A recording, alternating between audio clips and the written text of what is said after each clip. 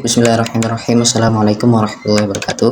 Perkenalkan, kami dari kelompok 8 beranggotakan 4 orang. Yang pertama ada Marsha Citra Maharani dengan NPM ujung 16. Yang kedua ada Tensi Febriani dengan NPM ujung 20. Yang ketiga ada Prina Nopratilopa dengan NPM ujung 48. Dan yang keempat ada Reza Alfian, saya sendiri dengan NPM ujung 66. Baik, pada kesempatan kali ini kami akan memaparkan video mengenai materi kimia sekolah kelas 10 dengan kompetensi dasar 3.9, yaitu menganalisis perkembangan konsep reaksi oksidasi dan reduksi serta menentukan bilangan oksidasi, dan KD 4.9 yaitu merancang, melakukan dan menyimpulkan serta menyajikan hasil percobaan reaksi oksidasi reduksi. Yang pertama di sini kami sajikan fakta pada kehidupan kita sehari-hari yang ternyata merupakan bagian dari reaksi redoks. Yang pertama ada besi yang berada di udara terbuka lama-kelamaan dapat berkarat. Lalu yang kedua, apel yang dikupas kulitnya kemudian dibiarkan di udara terbuka dan ternyata lama-kelamaan warna dagingnya akan berubah menjadi coklat. Yang ketiga ada zat pemutih yang dapat memutihkan pakaian, dan yang keempat pembakaran kayu. Lalu beralih kepada konsep yang kami sajikan pada KD kali ini, yaitu yang pertama ada reaksi redoks yang terbagi menjadi 3 perkembangan, yaitu yang pertama konsep reaksi reduksi oksidasi berdasarkan pengikatan dan pelepasan oksigen. Yang kedua ada konsep reaksi reduksi oksidasi berdasarkan pengikatan dan pelepasan elektron. Lalu yang ketiga ada konsep reaksi reduksi oksidasi berdasarkan perubahan bilangan oksidasi. Lalu selanjutnya ada konsep bilangan oksidasi, selanjutnya ada konsep reduktor, dan yang terakhir ada konsep oksidator. Pada KD kali ini juga terdapat aturan, yaitu aturan penentuan bilangan oksidasi. Baik, langsung saja kepada konsep yang pertama, yaitu reaksi redoks. Reaksi redoks adalah gabungan dari 2 reaksi, yaitu reaksi reduksi dan reaksi oksidasi. Dalam reaksi redoks, proses oksidasi dan reduksi terjadi secara simultan atau bersamaan. Ketika suatu reaktan mengalami oksidasi, maka reaktan lain juga akan mengalami reduksi. Pengertian reduksi dan oksidasi ini ternyata telah mengalami perkembangan.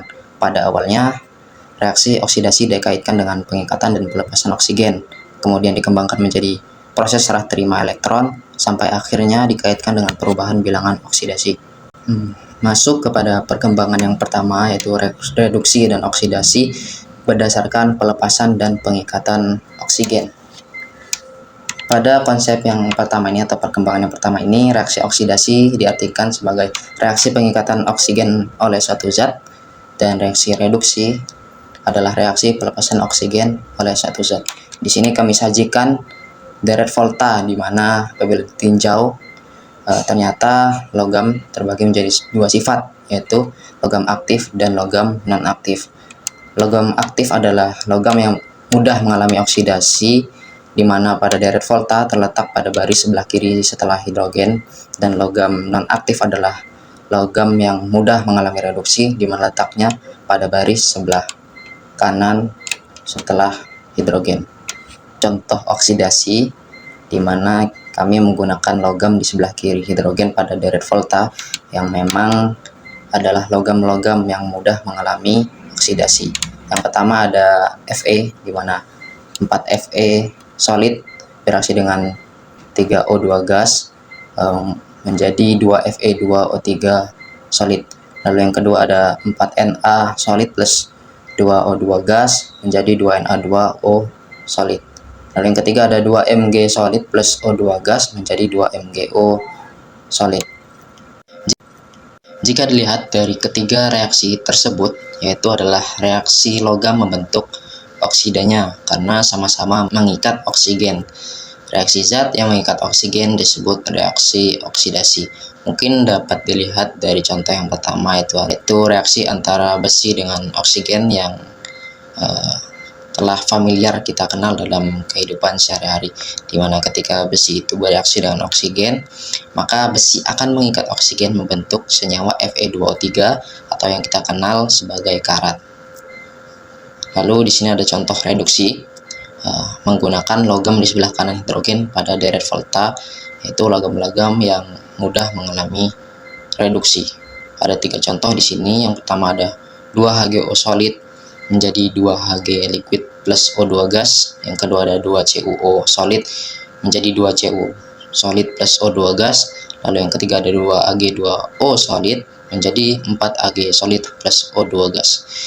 Dapat dilihat dari ketiga reaksi tersebut ternyata sama-sama melepaskan oksigen. Reaksi zat yang melepaskan oksigen disebut reaksi reduksi. Dapat dilihat pada contoh pertama yang semula adalah 2HgO solid, ketika melepas oksigen akan mengalami reduksi menjadi 2Hg liquid plus O2 gas. Dalam redoks, kita juga mengenal tentang reduktor dan oksidator. Reduktor adalah zat yang menyebabkan zat lain mengalami reduksi atau zat yang mengalami oksidasi.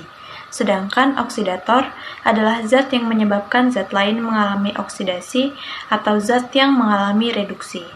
Dalam konsep pengikatan dan pelepasan oksigen ini, yang bertindak sebagai reduktor adalah zat yang mengikat oksigen, sedangkan oksidator adalah zat yang melepaskan oksigen. Selanjutnya, reduksi oksidasi berdasarkan pelepasan dan pengikatan elektron. Reaksi oksidasi adalah reaksi zat yang melepaskan elektron, sedangkan reaksi reduksi adalah reaksi zat yang mengikat elektron.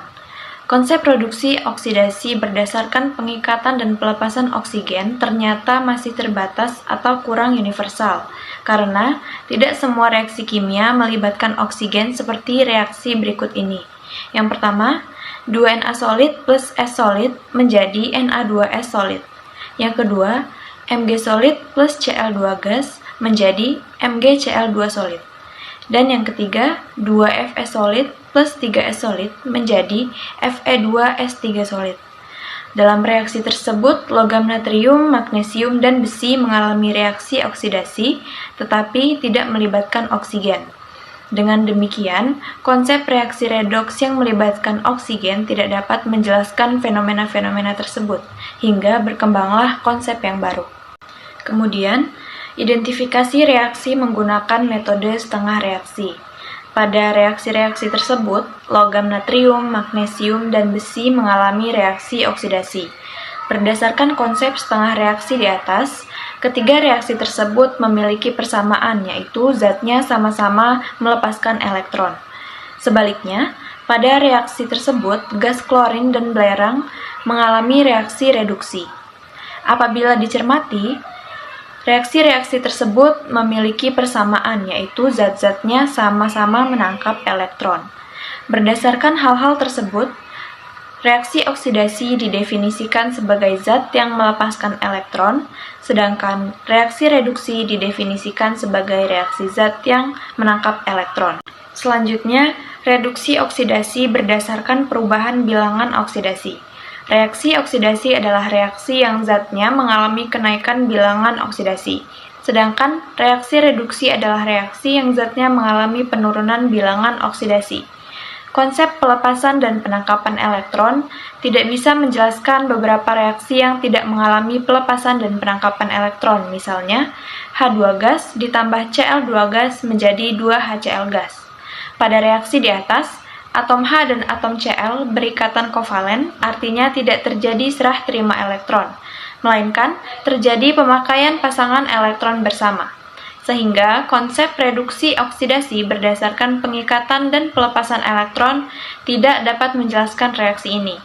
Para ahli kimia sepakat bahwa perlu adanya konsep yang baru yang lebih luas dan lebih mudah untuk menjelaskan setiap reaksi reduksi dan oksidasi. Dengan demikian, reaksi redoks dikaitkan berdasarkan perubahan bilangan oksidasi. Sebelum itu, mari kita bahas terlebih dahulu mengenai konsep bilangan oksidasi itu sendiri.